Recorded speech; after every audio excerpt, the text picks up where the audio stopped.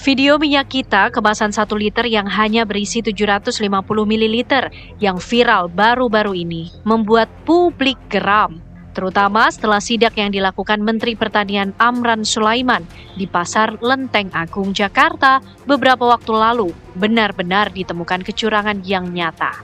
Satgas Pangan Polri kemudian turun tangan dan menyelidiki temuan tersebut. Ketua Satgas Pangan Polri yang juga Direktur Tipideksus Bareskrim Polri mengumumkan hasil penyelidikan kecurangan minyak kita. 1 orang ditetapkan sebagai tersangka. Tersangka merupakan pemilik sekaligus kepala cabang dan pengelola PT ARN. Polisi menemukan minyak kita yang dikemas tersangka hanya berisi sekitar 750 hingga 802 ml saja. Dalam perkara ini, penyidik telah menetapkan 1 orang tersangka, yaitu inisial AWI, yang berperan sebagai pemilik maupun merangkap sebagai kepala cabang sekaligus pengelola lokasi tersebut, yang berada di TKP Jalan Tol Iskandar nomor 75 RT 01 RW 19 Kelurahan Sukamaju, Kecamatan Cilodong, Kota Depok, Jawa Barat. Dirjen Perlindungan Konsumen dan Tertib Niaga Kementerian Perdagangan, Moga Simatupang menyatakan, bagi masyarakat yang merasa dirugikan atas kasus ini bisa mendapatkan kompensasi atau juga bisa membawanya ke meja hijau. Sebelumnya, polisi merilis 3 perusahaan yang memproduksi minyak kita. 2 perusahaan di Tangerang menjual di atas HET, sementara 1 perusahaan di Kudus telah tutup. Dari Jakarta, Zinedine Duhan, Bowo Iman, TV One mengabarkan.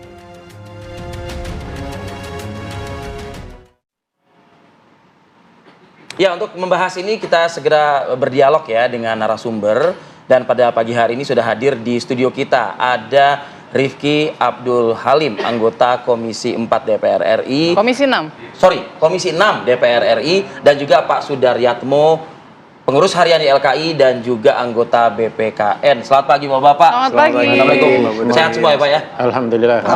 Jadi puasa-puasa jangan sampai kita nggak teliti melihat tulisan 1 liter. Jadi boleh emosi nggak nih sebenarnya? Lo enggak, kita harus tetap mengendalikan diri kita. Tetap mengendalikan diri ya. Tapi kesel sih iya. Gitu.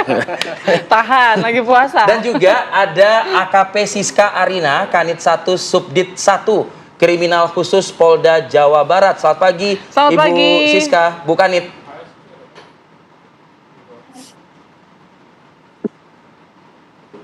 Baik, Bu Kanit, hasil tangkapan salah satu TKP di wilayah hukum Polda Jawa Barat adalah di Subang, Bu. Bisa dijelaskan, Bu, prakteknya seperti apa nih, Bu, yang diungkap oleh jajaran Kriminal Khusus Polda Jabar? Baik, Mas, kita jelaskan. Jadi pada tanggal 13 Februari 2025, kami mendapati laporan informasi dari masyarakat terkait adanya praktek minyak kita dengan bendera PT NNI, yang seperti kita ketahui bersama adalah PT NNI ini adalah sudah disegel oleh Kemendak RI. Jadi pada saat kita mendapatkan laporan informasi dari masyarakat, kami langsung mendatangi TKP yang ada di Subang, kemudian kami melakukan olah TKP, dan kemudian kami melakukan proses penyelidikan, dan hingga saat ini kita sudah menetapkan 1 orang tersangka dengan inisial atas nama K. Demikian, Mas. Boleh digambarkan lokasi pabrik ini benar-benar dekat dengan rumah warga di situ atau terpencil, tersendiri? Beberapa ada lokasi rumah warga juga ada, namun untuk akses ke sananya lumayan terpencil, Mas, untuk menuju ke TKP. Oke. Baik, ini kan sebenarnya sudah disegel ya, Bu Siska ya. Sejak kapan disegelnya dan masih tetap beredar itu berapa lama? Jadi tersangka ini membuat minyak kita dari akhir Januari minggu ketiga hingga pada saat kami terakhir datang pada tanggal 14 Februari 2025. Jadi kurang lebih 3 minggu tersangka ini memproduksi minyak kita. Oke, dan tapi untuk disegelnya produk-produk sejak saat kapan, ini Bu? sudah tidak ada yang beredar, yang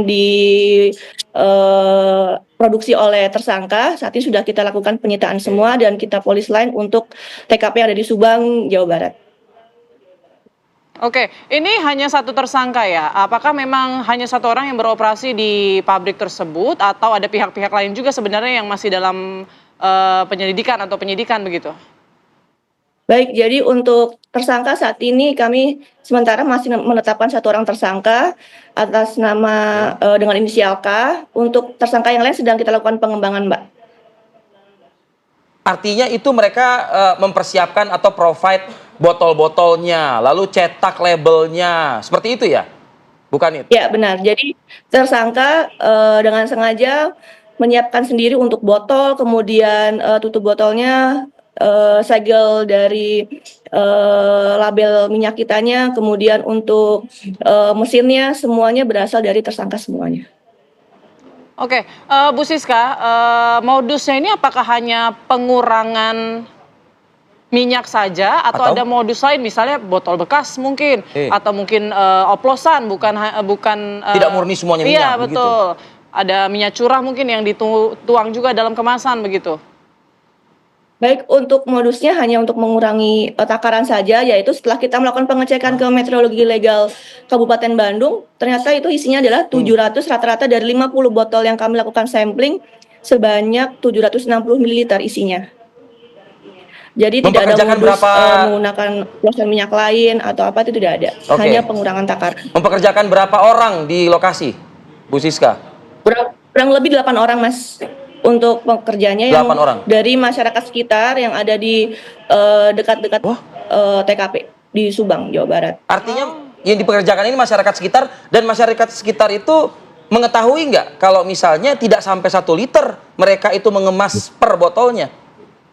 Masyarakat dan atau karyawan itu tidak mengetahui, Mas, karena semua itu yang men-setting adalah tersangka dengan inisial K.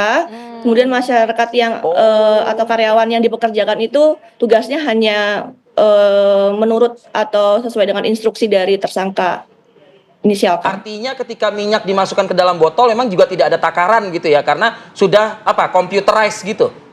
Ya, sudah menggunakan mesin yang sudah diatur oleh operator, yaitu oleh saudara K. Oke, untuk ancamannya sendiri, ancaman hukuman terhadap tersangka seperti apa, Bu Kanit? Baik, jadi kita menerapkan 3 pasal dalam persangkaan ini, yaitu dengan pasal 120 Undang-Undang RI nomor 3 tahun 2014, itu tentang perindustrian, itu dijerat paling lama 5 tahun dengan denda paling banyak 3 miliar. Kemudian Undang-Undang nomor 7 tahun 2014 pasal 113 dengan pidana penjara paling lama 5 tahun dan denda paling banyak 5 miliar, dan pasal 8 Junto 62 Undang-Undang RI tentang perlindungan konsumen nomor 8 tahun 99 dengan pidana penjara paling lama 5 tahun dan denda paling banyak 2 miliar rupiah. Jadi kita menerapkan 3 pasal dalam perkara ini. Bu Kanit, terakhir Bu, singkat saja mungkin, sudahkah diketahui berapa keuntungan yang diperoleh oleh pelaku ini, tersangka ini? Baik, jadi keuntungan yang diperoleh selama memproduksi kurang lebih 3 minggu yaitu total sebesar 266 juta rupiah. Itu sudah kita tanyakan dan sudah kita hitung. Oke, semoga dengan penerapan 3 pasal yang berlapis tersebut bisa dilakukan semacam kayak pemiskinan ya terhadap tersangka lah gitu ya, karena ini memang cukup geram ya kalau misalnya kita melihat praktek yang dilakukan oleh tersangka. Terima kasih AKP Siska Arini Kanit dari Krimsus ya Polda Jawa Barat atas waktunya pagi ini. Terima kasih, selamat beraktivitas kembali. Terima kasih, Mas. Selamat bertugas. Terima kasih. Oke, saya sedikit mungkin ya ke Pak Daryatmo dulu mungkin Pak. Diungkap Pak, dan juga Bareskrim kemarin juga mengungkap juga. Komentar dari YLKI. Tanggapan dari YLKI. Ya, pertama ini ya, adanya pengurangan volume dalam minyak kita itu memang terang benderang melanggar ketentuan dalam Undang-Undang Perlindungan Konsumen tadi disebutkan. Disebut oleh Bu Siska ya? Bu Siska, kalau di Undang-Undang Perlindungan Konsumen pasal 8 ayat 1 huruf C, di mana pelaku usaha, ini yang dilarangnya itu ada 2. Pelaku usaha dilarang produksi dan memperdagangkan. Jadi yang bisa tersangka itu bisa yang memproduksi, bisa yang memperdagangkan barang, dalam hal ini minyak. Maksud memperdagangkan tuh? Pedagangnya. Pedagang di pasar berarti? Iya, jadi jadi di Undang-Undang Perlindungan Konsumen yang dilarang memproduksi dan memperdagangkan. Memproduksi kan sudah tersangka, Pak? Ya, barang dalam hal ini minyak tidak sesuai dengan ukuran volume Ya. sebagaimana mestinya di label dan ketentuan pidananya juga cukup jelas tadi sudah disebut Bu Siska di pasal 62 itu ancaman pidananya penjara 5 tahun atau denda 2 miliar. Tambahan lagi di dalam Undang-Undang Perlindungan Konsumen itu juga sudah menganut pidana korporasi gitu loh. Sehingga kalau pelakunya khususnya produsennya itu korporasi, itu juga polisi itu juga bisa yang dimintai pertanggungjawaban itu bukan orang per orang tapi korporasinya kayak gitu loh. Ini yang ada di Undang-Undang Perlindungan Konsumen. Memang yang jadi persoalan adalah terkait dengan kerugian konsumen kan gitu loh. Benar secara aturan bahwa konsumen itu berhak mendapat ganti rugi kan gitu loh. Cuma ini kan karakter dari kerugian konsumen itu kan nilainya itu tidak banyak tapi volumenya besar kan gitu. Satu itu. Terus yang kedua juga ada kendala teknis Jadi beberapa konsumen yang ngadu ke YLKI ya dia merasa dirugikan, tapi ketika kita elaborasi kerugiannya berapa, buktinya apa, itu tidak mudah bagi konsumen. Nah, ini memang perlu dirumuskan mekanisme ganti rugi seperti apa sih dalam konteks kerugian konsumen dalam kasus minyak kita. Jadi selain ganti rugi individu, mungkin ganti rugi itu dalam bentuk tadi dihukum membayar ganti rugi dan kerugiannya itu bukan untuk konsumen individu tapi untuk kegiatan upaya-upaya perlindungan konsumen kan kayak gitu loh. Baik. Nah, mungkin Mas Rifki bukannya mengganti maksudnya. Sebagai wakil rakyat di DPR ini sebetulnya kan salah satu fungsi DPR itu kan pengawasan. Controlling gitu. Nah, apakah ini udah berjalan cukup lama? Masyarakat juga sangat butuh yang namanya minyak tersebut begitu. Udahlah takaran kurang, harga pun juga naik di atas HET gitu loh Mas Rifki. Kita nanti elaborasi usai jeda ya. Kami akan jeda dulu sejenak untuk kembali saat lagi.